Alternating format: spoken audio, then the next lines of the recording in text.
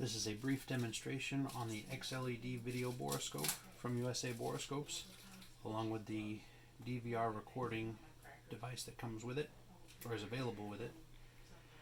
Setup is pretty simple. If you're going to use the battery operated setup, you simply install the battery underneath this flap here. It inserts there.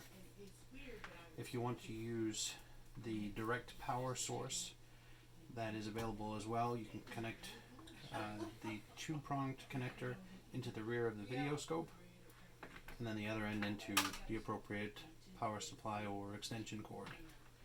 To power the system on, you push and hold this black button.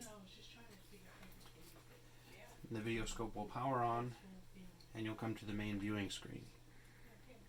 The monitor itself is touchscreen, so you can operate its functions just by simply touching on the screen.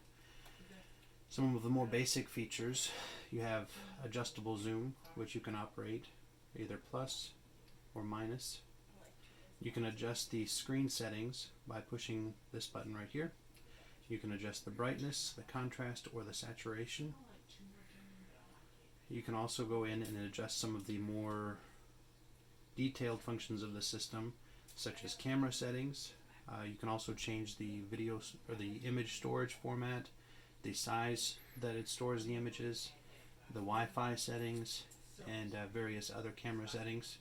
You can also input text for what you want to name those files, and the stored date and time under these different selections. To record an image with this Videoscope, you can do this on screen. The blue button would be for still images. The red button would be for video. To start recording a video, you simply push the red button. The screen will turn red, indicating that it has started recording, and you'll see a counter on the bottom. To stop recording, you simply just push the red button again. A quicker way of doing this: on the side of the Videoscope, there is a rubber button that has a camera symbol on it. You can either do a quick press to store an image, or you can press and hold to start recording a video, and it's the same process to stop recording. Simply press and hold. The unit has adjustable light output. When you first turn the Videoscope on, the light is off, so you push and hold that light to come on, and then you can adjust the intensity by pushing the button further. And then push and hold to turn it off.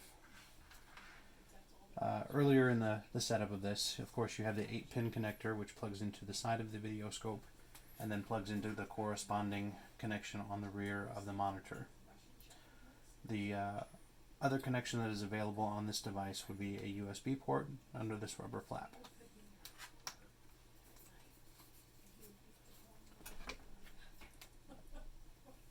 To access the images that are already stored on the device, you can go to File Manager, and there you see the video files and the still images. You can also create additional directories or folders to store these images. To get back to the main screen, you simply push the back button. There is a Smart Inspector option, which allows you to have live screen on one side, and you can pull up images that are already stored on the unit previously,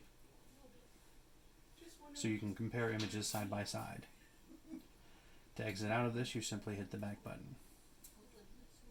There is a full screen mode as well, which allows you to utilize the entire area of the screen,